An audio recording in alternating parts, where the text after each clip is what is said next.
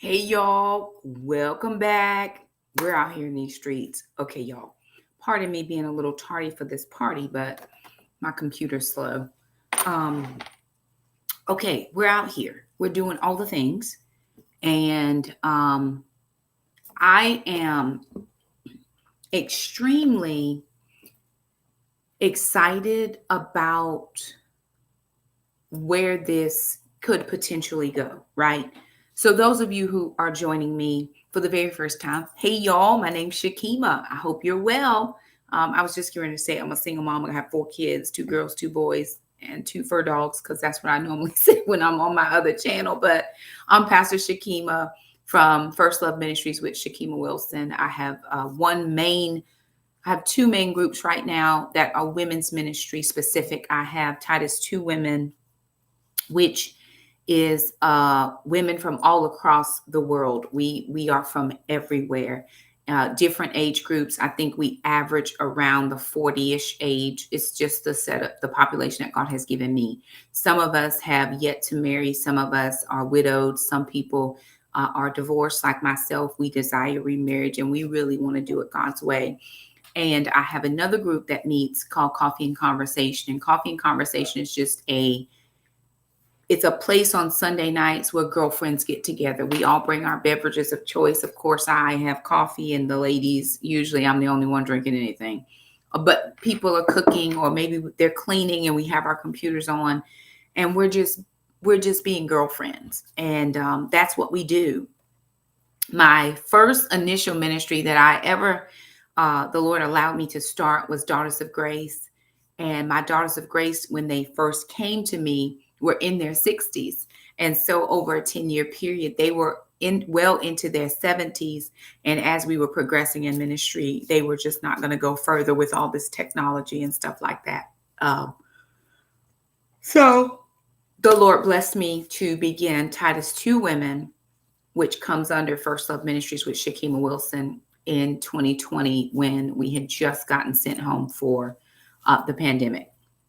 So that's where we are. And my calling is very specific. I wish I could tell you that I was called to all of the things. I am not called to all the things. I am called to marriage. I'm called to money. Marriage and money, specifically with women. That's what I'm called to do. It's what I'm called to teach. It's where my grace lies. And so I just stay in that lane. I have learned over the years that lanes are for safety, because as soon as you get outside of your lane and you jump into somebody else's lane, you have the potential to cause problems. And so I just stay where God has put me. And for me, that is marriage and it's money. It's marriage, money, and then it bleeds over into family. It bleeds into children, raising children. It is called the ministry of the home, which is what I do.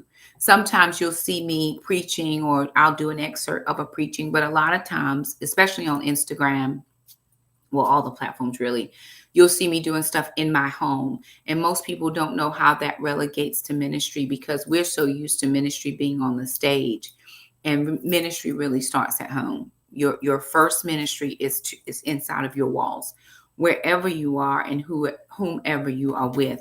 And so, with that being said, I take this calling of the Lord very seriously. Hey, y'all. Hey, everybody. Thank y'all for joining me. Let me know where you're joining from. Wherever, if you're on Instagram or if you're on one of the other platforms, please do let me know where you're chiming in from. But so that's my calling. And I was recently thinking about some stuff, and I was like, okay, well, I'll just wait till the first of the year to really get anything started.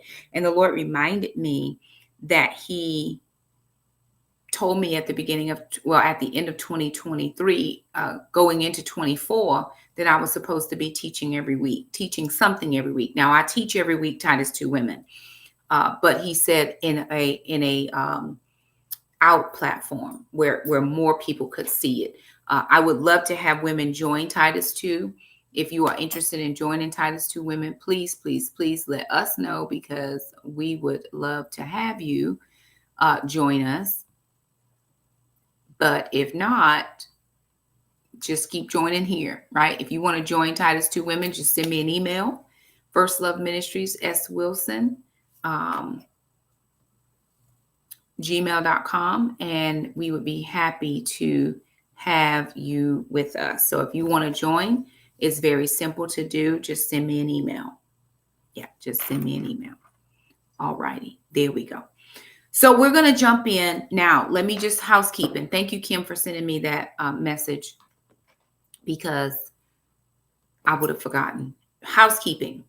We will be doing this study on Sundays. So our next meet will be Sunday the 10th.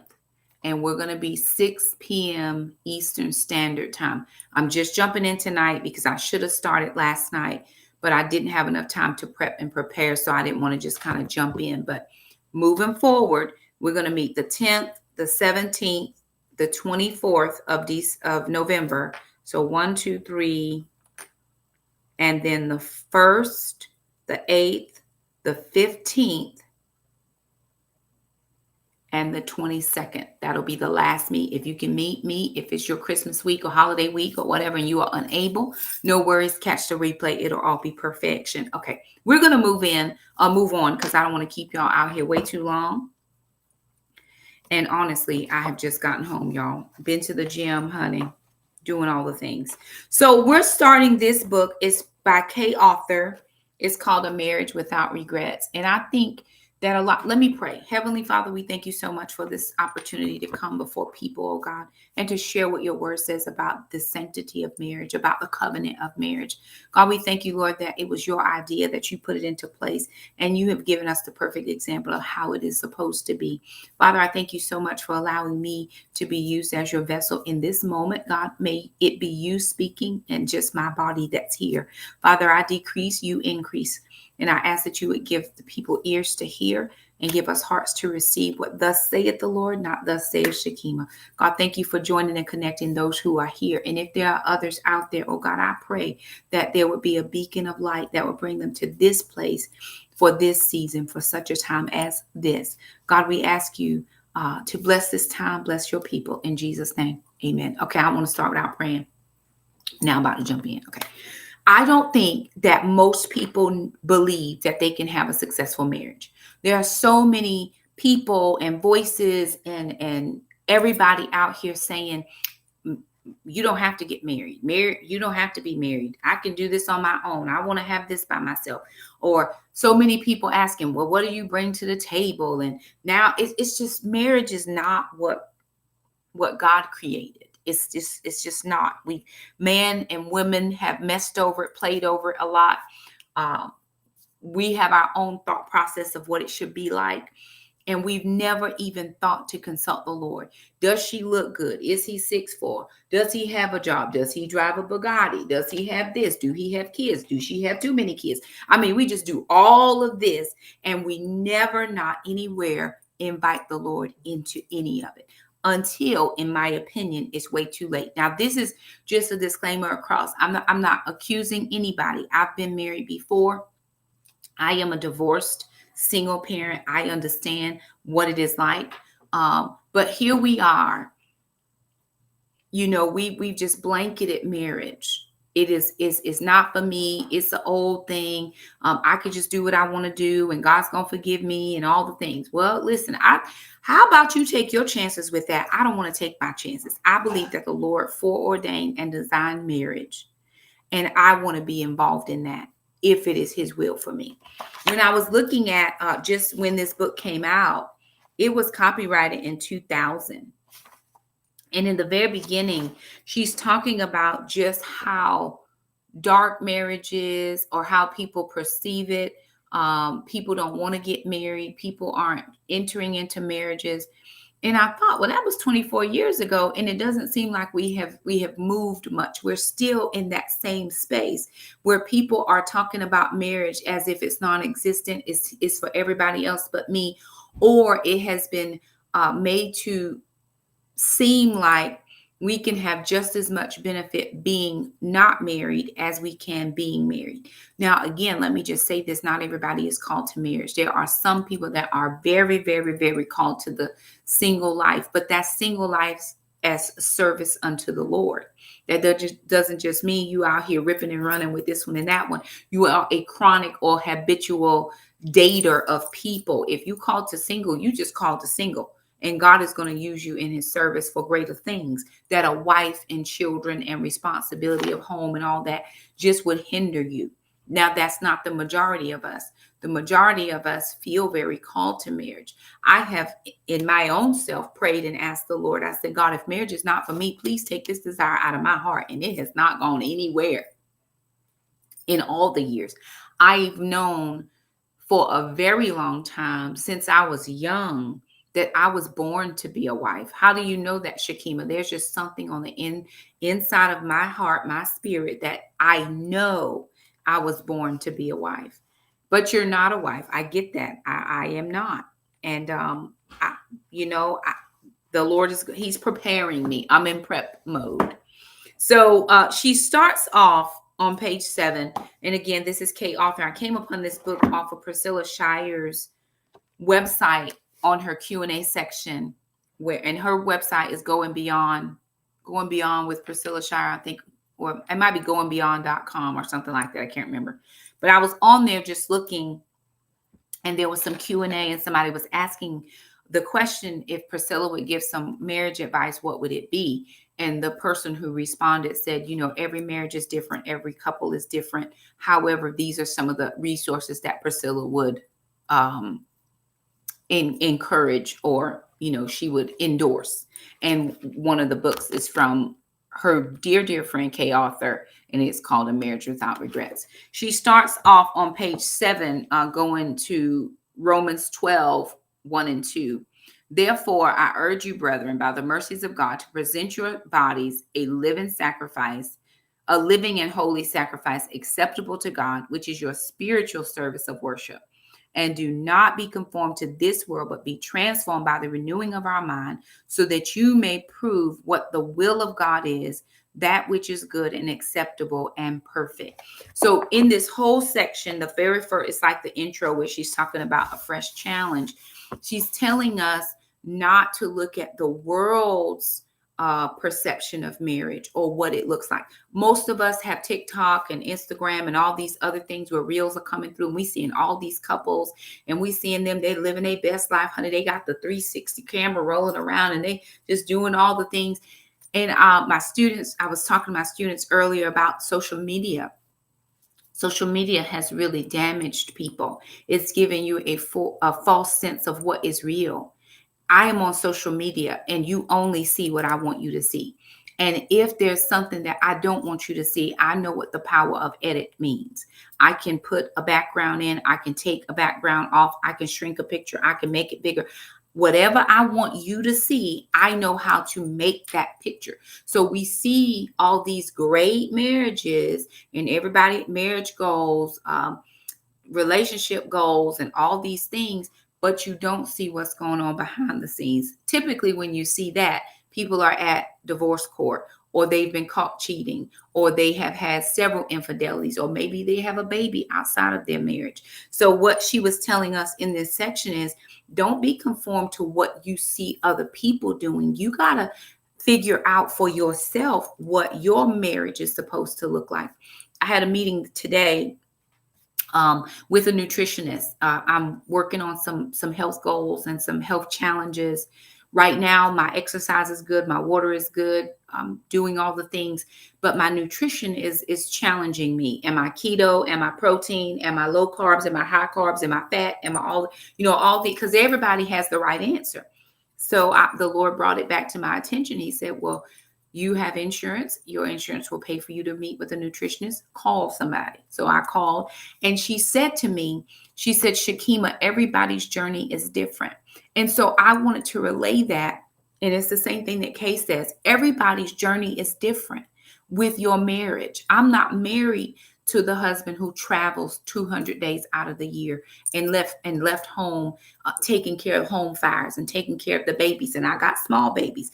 I'm not married to the husband who works from home but never has any time to come and join in on the family because he's always behind the closed doors. He never comes out. He works 60, 80, 100 hours a week, and he never wants to be a part of the family. He wants to be married, but he doesn't want to be a part of the family. I'm not married to the pastor who has the call, he has the pull of the sheep. He has the pull of God to give the messages.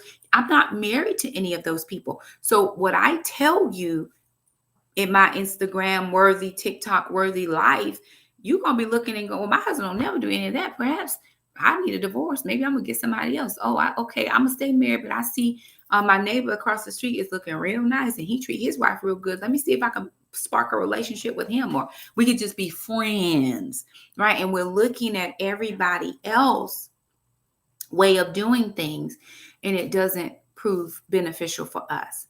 Remember, when my ex-husband left me, he said, you are not the right type of wife I need. And can I tell you, while that hurt my feelings in that moment, he was absolutely correct. Because here's the deal. I'll just give you this for free. If you want somebody to let you not be great, I'm not her. If you want somebody not to believe in your dream, I'm not her. If you want somebody to just let you lay around and do whatever, whenever, give up on life, give up on dreams, give up on hopes, I'm not her. I was a cheerleading coach for 4 years. I'm going to cheer you on all the way. I'm going to spur you on down to the finish line until you cross it. And then I'm going to wonder what you're doing next. That's who I am. Who I was married to didn't like any of that. No worries, come when you can. He didn't like any of that because I was pushing him into greatness. I need you to be great because I see the great potential in you. But he didn't see that in himself. So we're at odds with each other. When he tells this, and I'm not mad at my ex-husband. We get along. We don't get along. We get along fine, but we are not friends. We co-parent children. That is it of our relationship, but we don't have anger and animosity towards each other. So I share stories because they're my truth. He probably has a different take on it, and he's welcome to it. But he tells a story when he first saw me, because he saw me before I saw him. I was not there to see anybody. I was just at a ball game. And he says, when I walked in the door, I looked like I belonged with him. And I was like, oh, Lord, well, what was I looking at? Jesus, what was that look? And when I got with him, it was because he knew my story and he didn't care about my story. It wasn't love. It wasn't mutual attraction. It wasn't God gave us a burning passion to do something for him in this earth. It was sheer survival. She looks like she can be the person I need in my life, and he doesn't mind what I had going on before him. And so, hey, we're together. If you go back into the verses that I read yesterday, I'm gonna pull my Bible up. I should have had my paper Bible out here, y'all. I'm sorry, but I'm gonna go back to get out there. Back to Genesis, and I'm gonna go. Wait. Oh, no, I don't want that. Cancel that. Okay. Back to Genesis chapter 2, starting in verse 18. And again, this is out of the Amplified. Let me see if I can read it out of the Message, because sometimes y'all just need real language, like what you can understand. Okay.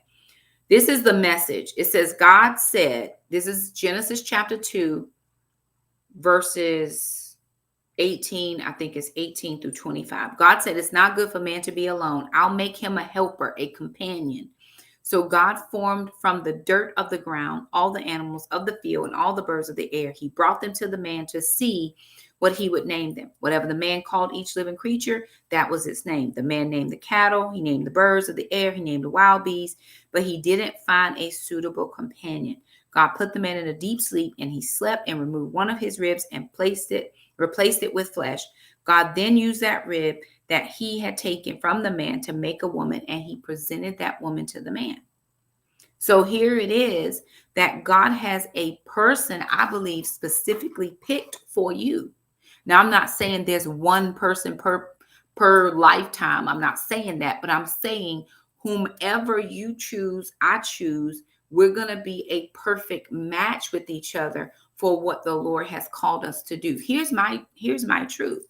I do not want any person that doesn't have a calling of the Lord on their life. Well, Shakima, everybody's not going to be a pastor. I didn't say I didn't want somebody that wasn't a pastor. I said I don't want somebody that doesn't have a calling of the Lord on their life. Some people are called to just do, help the poor. Some people are called to work in schools. Whatever it is that God has put a passion in your heart to do in the building or out of the building, I need you to know what that is before you come over here. Because then I can tell you if I can companion with you. Can I come into agreement and alignment with that gifting that God has put on your life? In turn, can they get into alignment and agreement with the calling that God has put on my life? Because this is my life. I recall meeting a gentleman, very, very, very nice guy, very well established. His finances was on point. He was a good dad, all of that. Had said he didn't want to date women with kids, but we met online. He saw my profile and he was like, well, let me see. I'll give her, let me see what's going on. Then he said, well, it'll be a case by case basis. Right. And so we talked and it was good. And we did a FaceTime visit like the first time we communicated. Let's not be waiting weeks. I want to see you. He's like, I need to get eyes on you because he had some issues before. Hey, this me. Hey, everybody. This is Shakima. And so where's the need to hide? I don't have anything to hide. I don't have any secrets. This is what it is. And so we got to talking and chatting, and he found out I was on social media, and I had done a video on Kingdom Connections, and he watched the video and he called me. And he said, so let me ask you, are you like licensed and ordained as a pastor? I said, I am. He's like, I was like, is that a problem? He said, well, I don't read anywhere in the Bible where women can be ordained as pastors. And I said, oh, okay, I understand. And he said, but we already had planned to meet, and I feel bad. I said, no, sir, you don't feel bad. He said, I don't know what to do. I said, the answer is very clear. We liked each other just in our conversation and, we would video chat. I said, the answer is very clear. We do not agree on this point. So there is no meet. You don't ever change what you think, and I'm not changing what I think. But somewhere in the back of my mind, I kept thinking, well, Shakima, really, you don't go to you aren't like the pastor of a church. You just have a ladies group. Surely that would be okay. But maybe you could give up your calling for this person. And I agonized over that thing for about a good day. And then I said, you know what, Lord, the devil is a bald-headed monkey face, 3 teeth in his head, having self-lie. No, I'm not. I'm not going to forfeit or give up what God has called me to do just because we like each other. Good. I can like you over there as a friend. Hey, homie. Hey. But not when there's a call on my life. And so I don't have time to be with someone just because he's cute, just because he's financially stable. I don't mean he was had a job. This man had a business, financially stable for sure. In his business, the pandemic actually pushed his business very much forward. He was looking at opening up a second location. It doesn't matter. The dollar signs are not worth what I would have to stand in front of the Lord and give an account for what I did or didn't do and how I was connected to somebody. And it might have, those outward aesthetics might have gotten us through for a little while. But can it get you through for the long haul? Are you able to be able to look at them if they get into an accident and something happens to all that beauty? Are you able to be with them if something happens and they lose their employment or their livelihood? When you become his caregiver, are you there? When you are locked in with a person that God has called you to be the companion. In the other translation, it said the helper meet. Can you be the helper meet to that person? And when that is a yes, then that's the person. But if one of those check boxes is not checked, well, he's not 6 foot tall, he don't make $200,000 a year, he don't drive this car, he don't go to this church, he don't know this pastor, he don't know this, he don't know. You may as well just let that all go. But this is what society, the world is saying. We can have it all, and you can have it all. But there's nothing wrong with having it all and not having so much stuff that you in debt over your eyeballs. I don't have any debt, none, except my home. The only thing I owe is my home. And when I paid my mortgage, when I paid my mortgage on Friday, I saw that my bottom line, my principal bottom line was even lower than it was the month before, because I'm on an aggressive plan to pay off this house. I'm not going to have a 30-year mortgage. If you can't get an agreement with that and all you know is debt, see, is no need. Yeah, but you look cute. Met another guy. Y'all, I meet people. I haven't met a ton of people, but I'm online. You kind of like no pee out. Met another person. Nice person. But the Lord said to me, cute, real cute too. I'm cute. He cute. We both cute. The Lord said to me, Shakima, you both, if y'all got together, y'all would forget I exist, because y'all both so cute. Y'all would just be out here social mediaing and posting reels and photos and all that. Y'all would just be so social media happy that y'all would forget I exist. I said, say, as the people would say less, Jesus. I told him, I said, sir, the Lord said no. Nope. He said, it's a no for me. And he was like, oh, you don't think I would keep us on track? I absolutely do not think you would keep us on track, because the Lord already told me that you wouldn't. So here's what I'm going to do. I'm going to exit stage left. And again, it was just somebody I met and we enjoyed our conversation. There's no time. I don't need to look cute in my Instagram photos when people are dying out here because they don't know who the Lord is. I need somebody that can help me with that part. I need that. Or whatever you're doing, he needs that, right? Okay. So she talked about driving on this highway somewhere in Montana, Phoenix, between Vegas and California, just on these long stretches of land. You don't see nothing. It's pitch black out there. And she said, after a while, you start to see this tiny little light in the distance. And she said, the person that's driving, that light gives them some glimmer of hope. Like, oh man, and they're thinking, I wonder what's going on in that house. I wonder if, if the family's up, if the grandpa's up having a late warm milk, or maybe one of the kids is out on a date, or whatever the case is. And she says, it really doesn't matter what's happening. It's just that little light that gives you enough wherewithal to keep on down the road to make it to your destination. And she says that's what a godly Christian marriage can be like.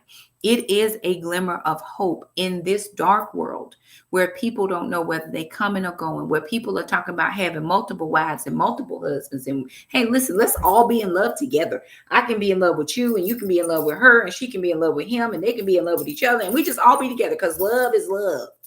All these people. And she says, in the midst of all that chaos that's going on, what about that godly marriage? Those two persons that have sought the Lord and asked him exactly what is it that you want from this relationship. She relates in here. I didn't realize that she had been married more than one time, but she relates in the first chapter. The name of that chapter is called A Marriage Without Regrets. She mentions in that chapter, the very first scene is her first husband hitting her. And she said, for the first time in 6 years, he hit me. And she didn't know that he was that, she didn't realize that it was like that. Well, here I am, as I'm reading, I'm thinking, oh man, they got back together. Because she's married. Wow. Okay. Didn't turn out just like that. After that one and only time that he put his hands on her, they got divorced, and he ended up self-harming to the I'm done with it all situation. And she said she took us back to their honeymoon. And on the second day of their honeymoon, he said to her in this little place where they were, you are my wife now, and here are the things I don't like about you. Well, here's my question. How did we get to I'm married to you already, and now you have a list of stuff you don't like? You don't want to tell me the list before we even get to the I like you, do you like me, check yes or no, you want to be my boyfriend, girlfriend, whatever? or you want to be my woman, you want to be my man, whatever. I know we mature adults out here now, whatever the language is. You wait until my honeymoon for you to give me a laundry list of things you don't like about me? Because we didn't consult the Lord ahead of time. He was cute, so we overlook his bad mannerisms. We overlook bad character. He's lied 15 times about when he was coming. He don't come over when he say he gonna come over. But he did take you out to dinner 3 weeks ago. And so because of that, we just overlook bad behavior. We overlook character flaws. We overlook the fact, hey, this big for me. If you're out here, babe, listen up. This big for Shakima. We overlook the fact that he doesn't pay child support, but he'll wine and dine me and take me to Ruth Chris and steak on high and spend $300 on a meal for me. But baby girl is at baby mama house and he hasn't paid child support in I don't know how long. We overlook that. That's a red flag for me. If you don't take care of your children, how can I expect you to take care of mine? Well, Shakima, that has nothing to do with his calling. Oh, but sure it does. He made them children. He is called to take care of them. It would be the same with me if I weren't doing my part for my kids. How could he look at me and say, oh man, well, she cute and she do this and she got her own house and she got her own vehicle and all that. Well, she got potential. She a raggedy mother, but she got potential. Not if somebody is potentially hoping to have their own children. If you see how I am with mine, do you think I'm gonna be any different with yours just because I'm cute? I'm not. But here I am. Here she was.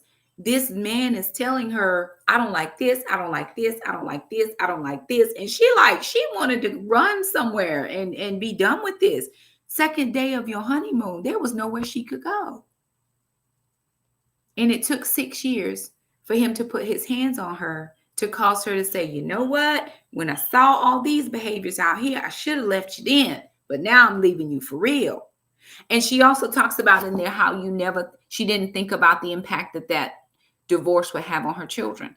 Most times we get into marriages because we are selfish. It's about me. It's about me. It's about what I want. It's about what he can do for me. It's about what she can do for him. It's about how I want to be gratified. It's about how good they're going to look on my arm. It's about bragging rights. It's about all the things except what it really should be about, which is, God, what is it that you would have us to do in this world, in this earth together, whatever that is.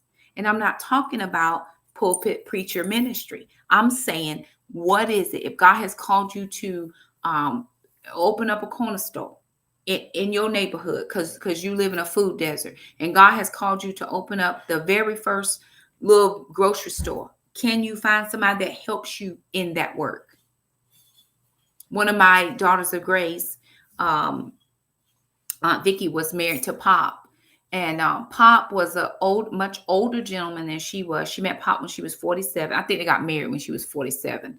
But Pop was a very much older gentleman, but he had a calling on his life to go around into the neighborhood. He lived in a very, very nice, prestigious part of Upper Maryland, and a nice home. His home had been owned by a former NBA player. He lived in a posh neighborhood. But Pop would go every week to the bread store and get all the bread, and then he would take it to the lower economic places, and they would just give out the bread. Can you just give out the bread? So you got to think about those types of things, because nowhere or very few, I'm sure I'm not seeing everything on TikTok, are they showing couples giving out the bread. We got dressing alike. We got the slapping of the hand, and then the outfit changes. I mean, we looking real good, and you got debt out your eyeballs. But you look good in that reel. You look really good in that TikTok. I mean, you look great.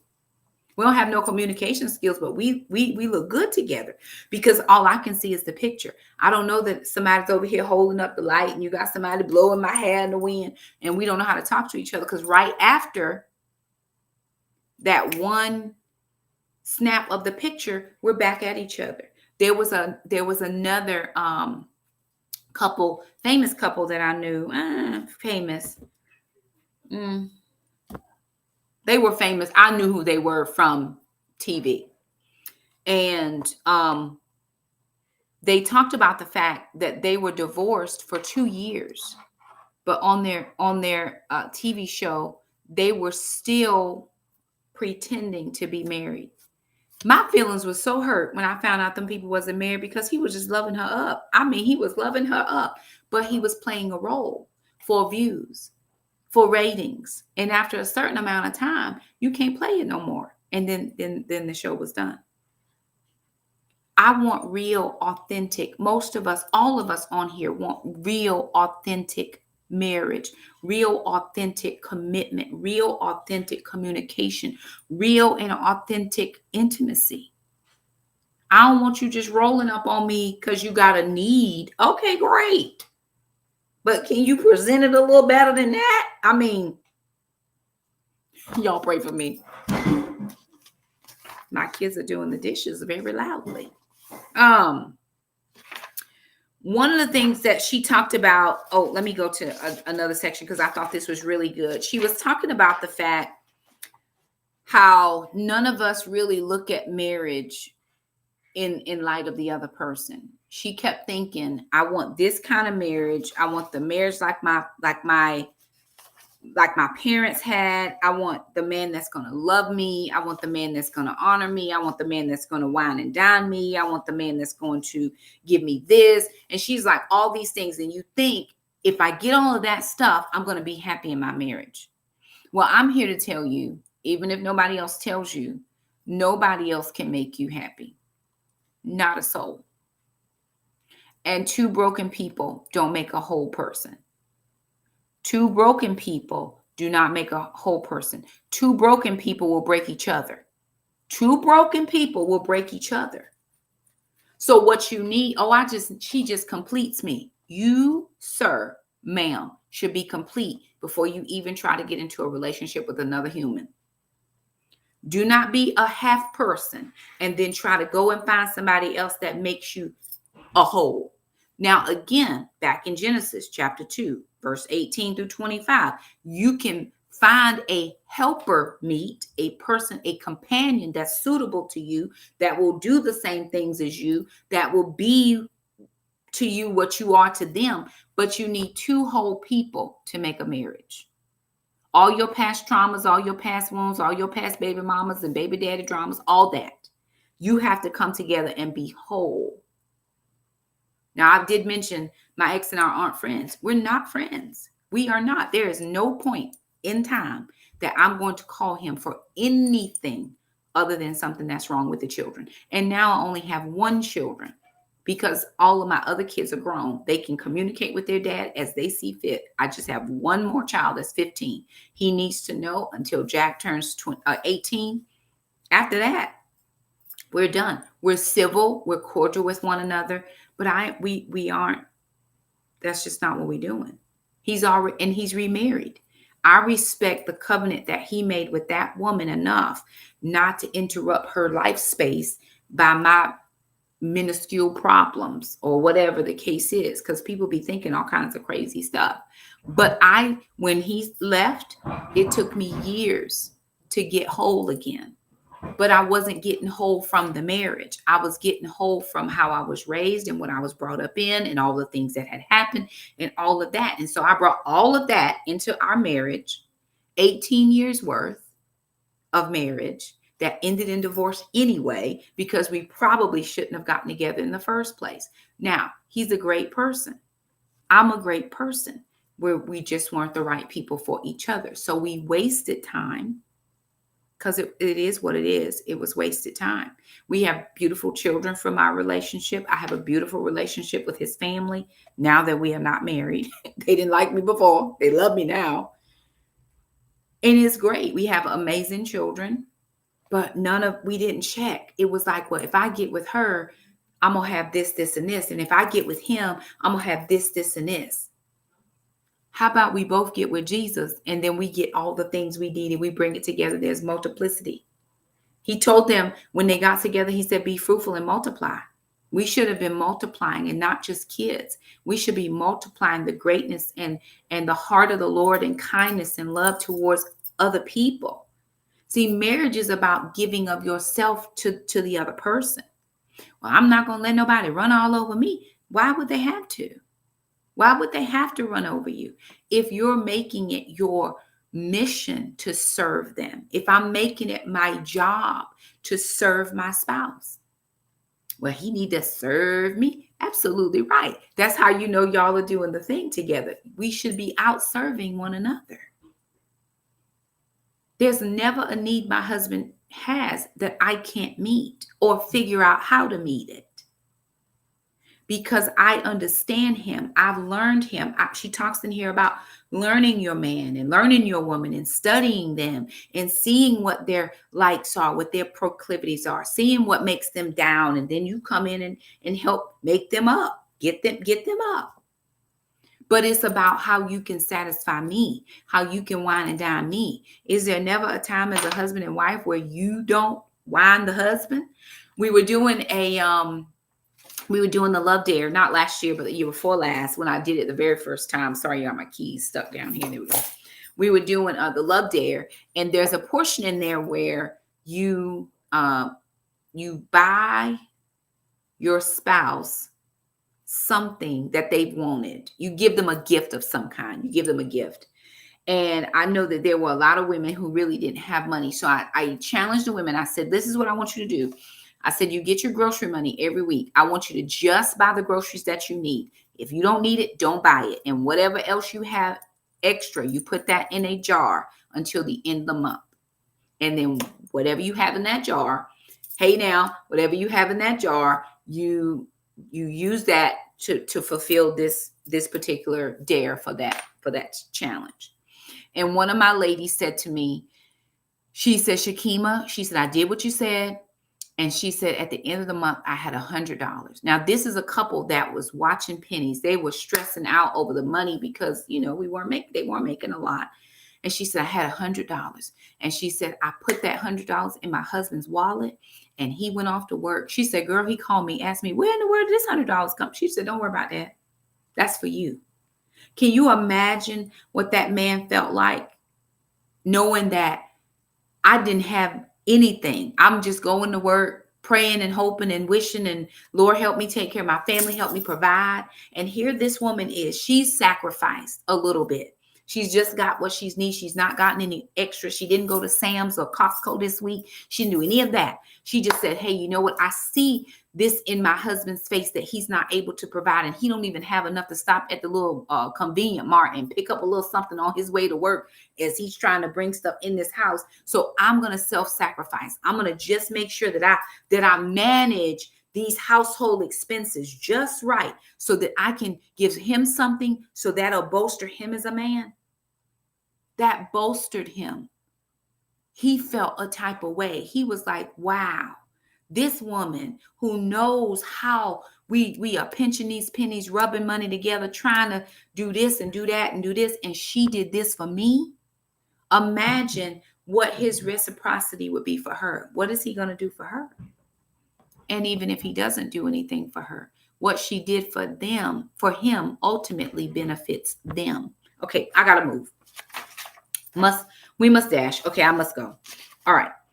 I want to move to chapter 2.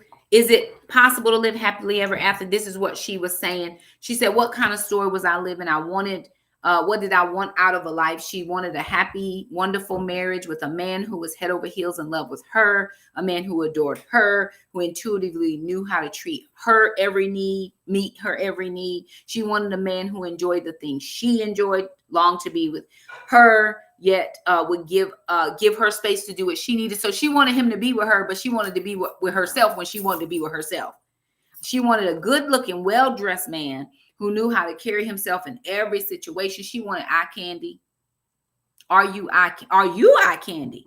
Because when I go back and I look at some of my pictures then versus now, y'all, can I tell y'all, I was so wrong. I was so wrong in so many areas and so many things. Because in my mindset, I thought I already have a husband. What do I need to look good for?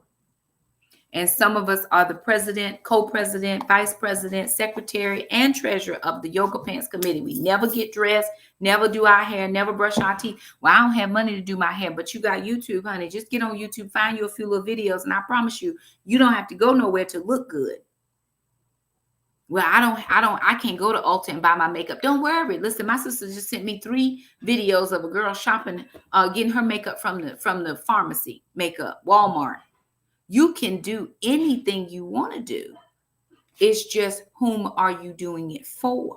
She wanted to be served. She didn't want to serve. But did not Jesus say, I didn't come to be served, but to serve?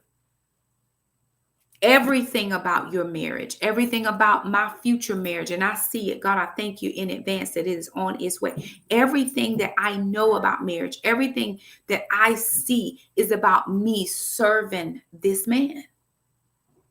And my daughter, my oldest daughter, we have this conversation quite often. She's like, Mom, you're going to be a doormat. I'm not. It is my honor and my privilege to serve my spouse. Honor and privilege. Because I didn't do it in my first marriage. I didn't know how to do it. I did not seek any guidance, counsel. I didn't have nobody to ask. There were no beacons of marriage out there that I saw that were really good that I could say, hey, I'm struggling over here as a wife.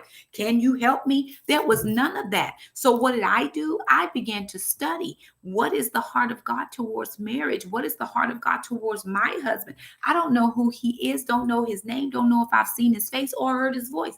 And he is still so loved. How can you love somebody you've never met, Shakima? How Jesus loves me. He tells me to love you. So how can I love a stranger more than I love the person I'm praying that the Lord would knit to my heart? And would I not do anything for him? Not so he don't leave me, but because it's in my heart to do. It's in my heart to serve. Are we at that place for marriage? And I know some of us are in horrible situations. I get that. I understand. I was in a horrible situation. You got to go back and ask yourself some questions. Question 1, do I want it the way that the Lord wants me to have it? Or do I want it my way? Because you can have it either way. All right. Here's what she said. This is the very last thing she said, which I thought was really good. She says, what's the key? So where do we begin? Where do you begin to have a marriage without regrets? That's the question. This is page 32. She said, what's the key, the answer, or the solution? She says it begins right where God begins, right in the book of the beginnings, the book of Genesis. God introduces precepts in Genesis that help develop throughout the rest of the holy book, the Bible. Primary among these are the relationships between God and man, between man and woman, and between parent and child. Every situation, she mentions this in her book as well. In every situation, the Bible has an answer. It has an answer on how to communicate with your spouse. It has an answer on how to be intimate. It has an answer on how to have finances. It has an answer on whether you should own property or not own property. It has answers on whether you should be paying your bills of your older children or whether you should totally cut them off from your financial support. It has answers for everything. It has answers on how to deal with your in-laws. That's in Genesis chapter 2. It says, and for this, likewise, a man shall leave his father and mother and cleave unto his wife. But some of y'all are still cleaving to your parents and leaving your wife. But whatever, listen, you gotta go get that for you if you want a marriage without regrets. Again, my ex-in-laws, quite several of them didn't like me. Specifically, his mother did not like me when I was married to her son. Now that we are not married, and as soon as we got divorced, I was the best thing that there was ever going. And I just saw her this past weekend, and she loved me even the more. That's unfortunate that we didn't have a relationship when I was married to her son. But again, I shouldn't have been. If that connection wasn't the connection. So if I'm looking to see and know what God says about marriage, I got to go back to God's word about marriage. There's you can use Google. You can use, that's what I would do. Type in scriptures about marriage and start to study. It doesn't mean just read. It means to study what this means. What does it mean to be his wife? Perhaps this man wants you to stay home, but you have a degree. Either you're going to work that out where there's a situation where y'all both are happy, or that's not the person. But could it not be that your calling is to serve your husband? I read a book. It's called God is a Matchmaker by Derek Prince. He was married twice. Derek Prince was married twice. His first wife, Her name, oh goodness, I forget what her name was now. Anyway, it doesn't matter. But they were in ministry together. And this lady took in orphans. They had 9 daughters. And he met her with the 9 daughters because she had taken in these orphan babies that nobody wanted. She was from a different country. She moved to Israel. And when he met her, she just had these kids. And he was significantly younger than her by almost 20 years. So here he is, a young man in his 30s, I believe, and she was already in her 50s. And they knew it was a God connection. He accepted everything she had. And then when she passed, he didn't think he would get married again, but the Lord came to him and said, you're going to get married again, showed him his wife in a dream, and her name was Ruth. And she has one chapter in his book where she says, my express job was to take care of my husband on the road when he was out ministering, and he would go different places, and people would try to be helpful, and they would be like, let us take care of the man of God. And she said, no, I'll take care of him. Don't worry. Her job specifically when he traveled was to take care of his needs. All the things people would want to make his tea. She says, no, I got it. I'm going to take care of my husband. That was her only job. Some people want that. Some people don't. But you got to know what you want going in. Don't get me on my honeymoon to give me a list of stuff you don't like. You better tell me up front. Pretty please. Perhaps tell me immediately, because you're going to know, right? You're going to know. Okay. I've chatted enough. I'm done. I'm done talking. If you want to get this book, you can get it on Amazon. I will post it for Facebook people. I'll post it on my Facebook page. I'll use an affiliate link, and then I will also post on the community tab on YouTube. So if you want it, you can get it from there. It's on Amazon. It wasn't very expensive. But read it. Follow along. Take notes. Like I've highlighted and stuff. I got to get some colored pens because I want to go in and make some additional notes. But y'all, it is possible to have a marriage without regrets. It is possible. I promise you that it is. So when we meet again on Sunday, which is the 10th, we're going to be going over 3 and 4, which is what's the glue that holds a marriage together. And I didn't know marriage was going to be like this. So there are 2 chapters we're going over on Sunday. What's the glue that holds a marriage together? And I didn't know marriage was going to be like this. We're meeting Sunday, November the 10th, 6 p.m. Eastern Standard Time. I just pray over each and every one of us that we have ears to hear what God is saying in this season. Marriage is for us, if that is what we so desire. Can I tell you who that is, when it's going to happen? Nope. Y'all, I'll be 49 on my birthday, and I've been praying to be married since I was 33 years old. And it still hasn't happened yet. But I believe God. God gave me a word about my husband. He gave me a word about my marriage. And I believe God. And so I'm going to hold on to that word until the Lord brings it to pass. But while I'm holding on, while I am yet holding on, I'm going to work to be the best me I can be, because that is the gift that I want to present to my husband. Can I just say this? I'm telling y'all, this is coming straight from the Lord. Work to be the best you can be. And then that is who you present to your spouse. The best you. Are you perfect? No. None of us, but we can be the best version of ourselves. I mean, if I just showed y'all pictures of what I look like, and you couldn't tell me I wasn't cute back then, child, listen, at 250 pounds, you couldn't tell me that I was not all of that. And there are some 250-pound people who were. I was not. Shakima was not it. Today, as humbly as I can, I accept who I am now. I wasn't always this individual. I think probably on the inward parts of me I was, but adversity helped me to grow. Losing my marriage helped me to grow.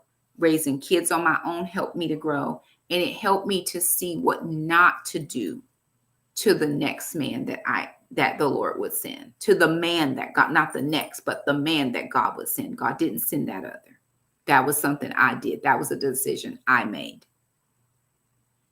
Right? Don't lay anything that's growth in itself and maturity. Don't lay at the Lord's feet something you did. I did that. That was me. That's all me, Jesus. My bad. And I've had to pay for that bad mistake. not just in being divorced, but now I have children who live in divorce. And that's hard on them. Okay, so we're going to work to be the best us we can. And I'm going to focus and stay in my lane. And we're going to communicate in the chat. And y'all are going to ask questions. And we just going to do the doggone thing. Okay. Anybody else have any questions? If you're on YouTube, please like the channel. Subscribe if you haven't. Like the video. Subscribe if you haven't. I'm trying to grow that channel just so it's the ministry channel to keep all the ministry stuff together on one space. And people will know where to go. Thank you, Instagram, for sticking around and hanging out with us. Again, we're back on Sunday. If you know some people who might benefit, invite them to come and just sit. Just put it on in your house. If you got other stuff to do, just go do stuff. It'll be here later. If you can't join us, just come back later and watch the video. It's going to be available. Anywho, I got to go. It is after 8, and I got to put myself to bed, y'all. I'm tired. I have a meeting tomorrow. I had some classes today. I have classes all week. And I am done. So anywho, I love you guys. Thank you so much for stopping by and joining me. Thank you for trusting me to help you, down this road. It's a tricky place. This is very different than, it's very different for people who would, because I've heard people say before, I'm not going to listen to anybody that's divorced tell me about marriage. I would if they learned something from it. So anywho, love you guys. I'll see y'all next time. Bye now.